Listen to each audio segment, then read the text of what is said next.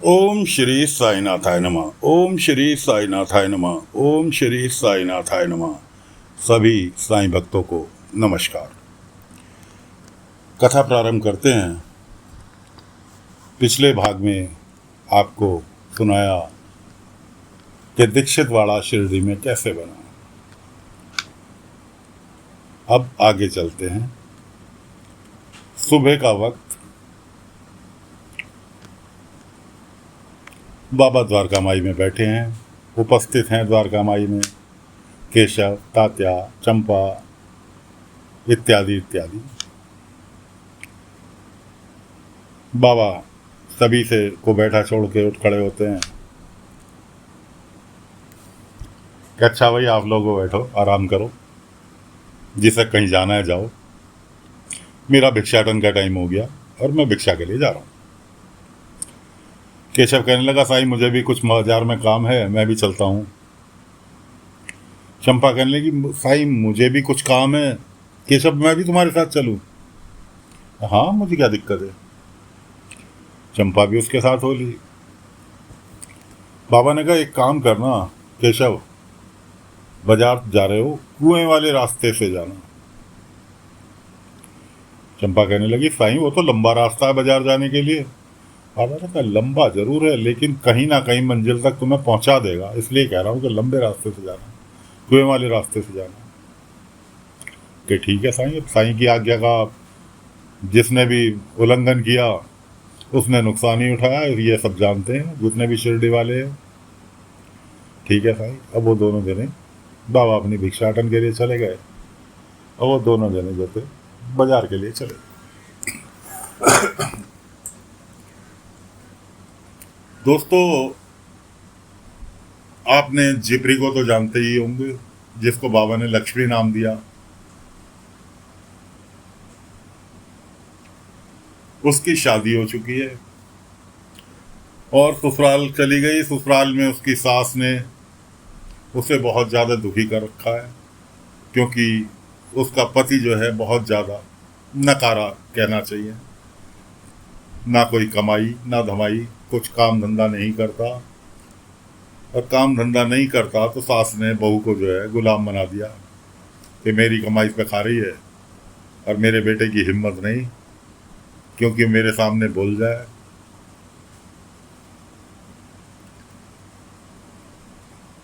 क्यों? अगर वो मेरे सामने बोला तो मैं उसे घर से बाहर निकाल दूंगी, और घर से बाहर निकलने का मतलब है तुम लोग भूखे मरोगे। जीपरी के एक छोटी बच्ची भी है। तंग आकर जीपरी अपने ससुराल छोड़कर अपने मायके के लिए निकल दी।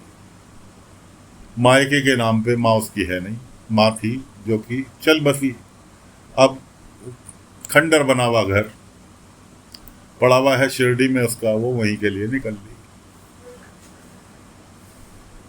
जिपरी गांव में पहुंच चुकी है। जिपरी ने देखा बाबा को आते हुए, वो एक रास्ता काट के दूसरे रास्ते हो ली। दूसरे रास्ते हुई, वहां उसे बाबा खड़े दिखाई दिए। कहने लगी, साईं मैं भी आपसे मिलना नहीं चाहती। सबसे पहले मिले मावसापति जी। मावसापति जी ने जीपरी को, क्योंकि गुजर खंडवा मंदिर के आगे से गुजर के शिरडी में कोई आएगा तो वहीं से गुजर के आएगा। उन्होंने रोक लिया, हालचाल पूछने लगे, लेकिन कहने लगी, काका मुझे थोड़ी जल्दी है। मैं कहा, हाँ मुझे पता है तुम साईं के पास जा रही हो। कि नहीं काका, साईं से मैं बाद में मिल लूंगी, फिलहाल मैं कहीं जल्दी जा रहा है। इस तरह से मावसापति जी के पास से निकल ली। अब वो जिस रास्ते पे को चले उधर उसे साईं दिखाई दे। प्रार्थना करने लगी, साईं मैं भी आपसे नहीं मिलना चाहती, प्लीज की कृपा करो, मैं अभी आपसे नहीं मिलने की स्थिति में नहीं हूँ। ऐसा कह ही रही थी कि दूसरे रास्ते पर को चली तो सामने से चंपा और केशव से टकरा गए, जो कि बाबा ने उसी के लिए भेजे थे। खैर, चंपा और केशव ने उससे सुख दुख की बात पूछी। उसने सारी हाल उन्हें दोनों को कह सुनाए। खैर, उसके हाल सुनने के बाद उसे उसके घर तक छोड़ के आए दोनों के दोनों। उसके रहन सहन की जो खंडर बना पड़ा था उसका मकान, साफ सफाई दोनों ने मिलकर करवाई और उसके रहने योग्य बनाया। उधर बाबा भिक्षाटन करके लौटे तो पानी गर्म करने लगे। पानी गर्म करने लगे कि साईं पानी क्यों गर्म कर रहे हो, किसी को जरूरत है इसकी इसलिए कर। शिरडी में नाना साहब चांदोलकर के साथ एक व्यक्ति और उसके 2 शिष्य ने प्रवेश किया। व्यक्ति जो थे वो थे डॉक्टर साहब। नाना साहब चांदोलकर कहने लगे, से पूछने लगे, चांदोलकर साहब आप यहाँ कैसे? उन्होंने कहा मेरे यहाँ गुरु रहते हैं। खैर बातचीत करते ये लोग आए रहते कि मेरी सरकार ने यहाँ पोस्टिंग की है। डॉक्टर थे वो असल में। जो व्यक्ति आ रहे थे अपने 2 कंपाउंडरों के साथ शिरडी में उनकी पोस्टिंग हुई सरकार की तरफ से। उन्होंने कदम ही रखा था। चांदोलकर साहब से पूछ ही रहे थे कि इतने में एक ग्रामीण व्यक्ति बेहोशी की अवस्था में उसके घर लेकर आए बीमा वगैरह और लाकर उसको खाट पर लेटा दिया। उसकी पत्नी से कहा कि बहनी जरा पानी लेके आना। उस पानी में कूदी मिलाकर ले आई। डॉक्टर साहब भी वहीं थे। डॉक्टर साहब तुरंत दौड़कर उस व्यक्ति के पास पहुंचे और अपनी जेब दवा के डिब्बे से निकाल कर एक औषधि शीशी दवाई की कि लो इसे पी लो, इससे तुम्हें आराम मिलेगा। उस व्यक्ति ने कहा साहब क्या चीज़ है ये कि तुम्हारी को बुखार हो रहा है उसके लिए दवाई? ने कहा नहीं साहब मैं ये नहीं ले सकता, हम सब लोगों की तो एक ही दवाई है, साईं की दी हुई ऊदी। अब उनकी डॉक्टर साहब की समझ में आया नहीं कि ऊदी क्या होती है। कि ऊदी अपनी इतने में उनकी उसकी पत्नी पानी ले आई। पत्नी से कहा ऊदी मिला दी इसमें? क्या हाँ मिला के लाई। पानी पी लिया। कहने लगा मेरा बुखार कुछ ही घंटों में मेरा बुखार भी उतर जाएगा और शाम तक मैं स्वस्थ भी हो जाऊंगा। हम सब शिरडीवासी इसी ऊदी के सहारे जिंदा रहते हैं और यही हमें हर सुख दुख से बचाती है। डॉक्टर साहब कहने लगे क्या मूर्खता है भाई। अब चांदोलकर साहब कहें तो क्या कहें। चांदोलकर साहब चुपचाप खड़े हुए तमाशा देख रहे। इतने में ये लोग चलो वहां से झक मार के डॉक्टर साहब चले अपने जहां उन्होंने क्लिनिक में बनाना था रहना सहना था वहां के लिए चले। तो रास्ते में उन्हें बहुत जोर से खांसी आ गई। खांसी आई। खांसी के आते आते ही बाबा तुरंत पानी का लोटा लेके हाजिर। डॉक्टर साहब कह ही रहे थे अपने सेवक से कंपाउंडर से, अरे कोई पानी लेके आओ मेरे लिए। इतने सेवक देखें इतने बाबा ने उनके सामने लोटा पानी का कर दिया। पानी का लोटा लिया और उन्होंने इधर कुछ नहीं देखा कुछ नहीं सोचा और सीधे अपने मुंह से लगा लिया। पानी के 2 घूंट पिए, खांसी को भी आराम हो गया। कहने कह रहे देना था तो ठंडा पानी देता, गर्म पानी दिया, ठंडा पानी नहीं मिलता यहाँ। बाबा कहने लगे तुम्हारी सेहत के लिए गर्म पानी ही उपयुक्त है इसलिए तुम्हें गर्म पानी दिया। और गर्म पानी पीने योग्य था, पूरा गर्म नहीं था, गुनगुना था, क्योंकि तुम्हारी सेहत के लिए बेहतर है। तुम क्या जानो मेरी सेहत कि मैं तुम्हें नहीं जानता, तुम मुझे नहीं जानते। जबरदस्ती अपनी राय थोप रहे। चांदोलकर साहब कहने लगे डॉक्टर साहब ये साईं हैं जिनका जिक्र अभी वहां पर हो रहा था, इनसे कुछ भी नहीं छुपा हुआ।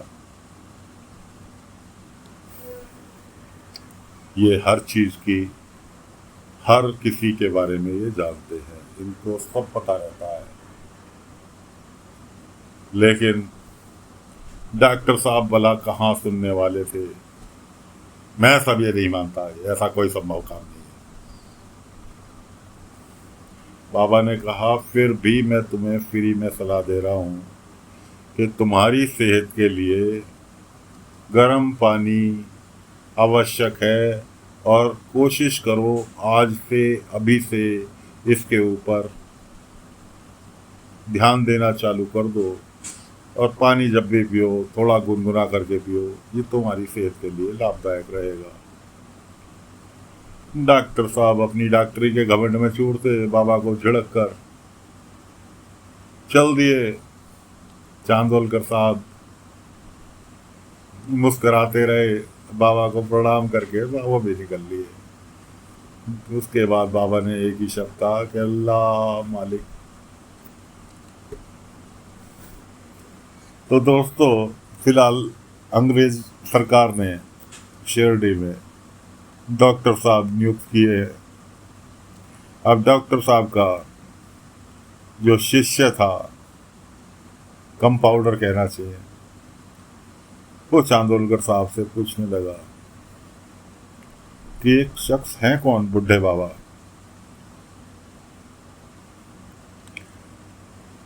चांदोलकर साहब कहने लगे, ये हैं साईं, शिरडी के साईं बाबा। के हाँ, ये वही शिरडी के साईं बाबा है। कंपाउंडर कहने लगा, इनको देखकर साहब कुछ ऐसी मन में शांति सी पैदा हुई है। चांदोलकर साहब कहने लगे कि ये साईं है, जिसको मिल जाए उसके चेहरे पर अपने आप मुस्कुराहट आ जाती है कि गम तो उसके आसपास फटकता ही नहीं। ये ऐसे है साईं। कंपाउंडर कहने लगा, फिर तो साहब इनसे मुलाकात होती रहेगी। चांदोलकर साहब कहने लगे, साईं की अगर इच्छा हुई तो तुम्हारी मुलाकात साईं से बहुत जल्द होगी, बहुत जल्द इनका समीप पाओगे, अगर तुम्हारे मन में ऐसी इच्छा है। क्या कंपाउंडर साहब को डॉक्टर साहब ने झड़क के बुलाया, साथ चलो हमारे, और उसके बाद डॉक्टर साहब अपने निवास स्थान पर पहुंच गए। तो दोस्तों, फिलहाल कथा को यहीं पर विराम दे रहे हैं। अब शिरडी में अंग्रेजी डॉक्टर की डॉक्टरी बाबा कैसे सीधी करते हैं, अगले अंक में आगे की कथा लेकर फिर हाजिर होंगे। तब तक के लिए आज्ञा दीजिए। ओम साई राम, ओम साई राम, ओम साई राम, ओम साई राम।